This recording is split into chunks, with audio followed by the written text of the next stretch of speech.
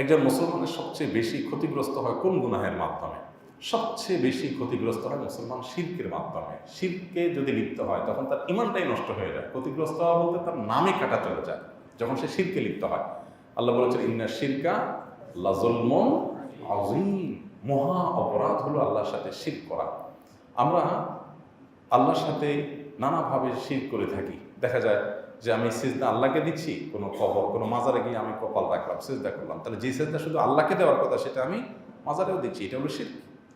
আমি আমার সন্তানের জন্য, আমার নিজের জন্য, আমার ব্যবসার জন্য আল্লাহর কাছে দোয়া করছি, এই দোয়াটা আমি কোনো মাজারে গিয়ে মাজারও আল্লাহর কাছে বললাম যে খাজা বাবা আপনি দেন, তখন তাকে আমি আল্লাহর স্থানে বসাইলাম, এটা হলো শিরক, আল্লাহ পার্টনার সাব্যস্ত করা। এভাবে নানাভাবে আমরা শিরকে লিপ্ত হয়ে থাকি। এই শিরকে লিপ্ত হলো আল্লাহর কাছে সবচেয়ে বড় অপরাধ।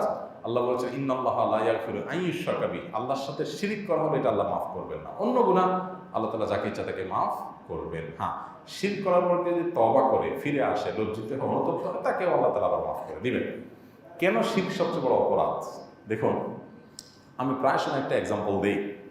ধরুন কোনো একটা অনুষ্ঠানে দেশের প্রধানমন্ত্রী আসছেন, ওনার জন্য একটা চেয়ার রাখা আছে, একটা ফুলের মালা রাখা আছে, ফুলের তোড়া রাখা আছে। এখন ওনার পাশাপাশি যদি আরেকটা চেয়ার রাখা হয়, একই সাইজের, একই রকমের ফুলের মালা রাখা হয়, কার জন্য?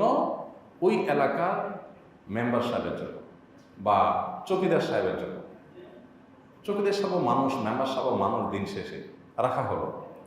প্রধানমন্ত্রী যদি ওখানে আসেন এবং এটা যদি দেখেন যে ওনাকে যে যে মালা দিয়ে, যে যে তোড়া দিয়ে, যে যে চেয়ার দিয়ে সম্বর্ধনা সম্মান দেওয়া হলো, ওই এলাকার চৌকিদার সাহেবকেও সেম সেম জিনিস দেওয়া হয়েছে, বলেন প্রধানমন্ত্রীর কাছে জিনিসটা কেমন লাগবে? কেমন লাগতে পারে?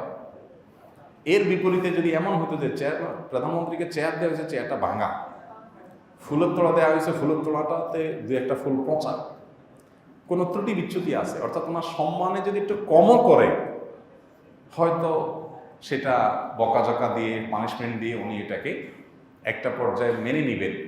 কিন্তু তারই অধীনে চাকরি করা একজন চৌকিদার বা একজন মেম্বার বা একজন সাধারণ মানুষ, দিন শেষে দুজনই মানুষ, কিন্তু তারপরও তাকে একই রকম মর্যাদা যদি দেওয়া হয়, এটা তার জন্য বিশাল বড় অপমানের ব্যাপার হবে, ঠিক না? এটাকে উনি খুব জঘন্য অপরাধ হিসাবে নেবেন।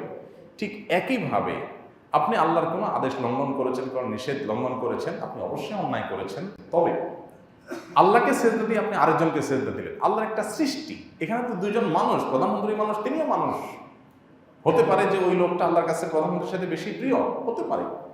এরপরও যদি সেটা দোষের হয়, এত বড় আয়েবের হয়, তাই এবার আসেন যেখানে স্রষ্টার সৃষ্টি, সেখানে সৃষ্টিকে যদি স্রষ্টার জায়গায় নিয়ে রাখেন, তাহলে সেটা স্রষ্টা সেটাকে কত খারাপভাবে নেবেন, এটা কত বড় অপরাধ হবে। আমরা অনেকে বুঝতে চাই না, মনে করেন যে শিরক কেন বড় অপরাধ হয়।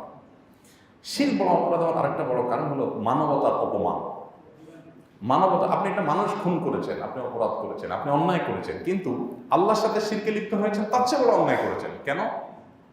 কারণ এটা আপনি মানব জাতিকে অপমান করেছেন, ছোট করেছেন, যে মানুষের এই ললাট তার সৃষ্টিকর্তা ছাড়া আর কারোর সামনে নত হবে না। আপনি একটা ক্ষুদ্র সৃষ্টি, আল্লাহর একটা সৃষ্টি, সে যেই হোক না কেন, তার সামনে মাথা নত করে গোটা মানব জাতিকে কি করলেন? অপমান করলেন। আরো বহুবিধ কারণ আছে। এই জন্য শিরক হলো এমন অপরাধ যেটার দ্বারা মানুষ সবচেয়ে বেশি ক্ষতিগ্রস্ত হয়। শিরকের পর সবচেয়ে বেশি ক্ষতিগ্রস্ত হয় যে অপরাধের দ্বারা, সেটা হলো বান্দার হক নষ্ট করলে। এটা রিকভার করার সুযোগ খুব কম থাকে দুনিয়াতে। যদি নগদে করতে পারে ভালো, মৃত্যুর পর এটা রিকভারের সম্ভাবনা খুবই কম থাকে। এই জন্য মানুষের হকের ব্যাপারে মানুষের খুব বেশি সাবধান থাকতে হয়। অবশ্য এরপরে ইমানের পর নামাজের গুরুত্ব আসে, অন্যান্য। অতএব নামাজ নষ্ট করলে এরকম অপরাধী হয়, কিন্তু নামাজ নষ্ট করলে আল্লাহর কাছে মাফ পাওয়ার সুযোগ আছে। বান্দার হকের তার সুযোগ একেবারে ক্ষীণ।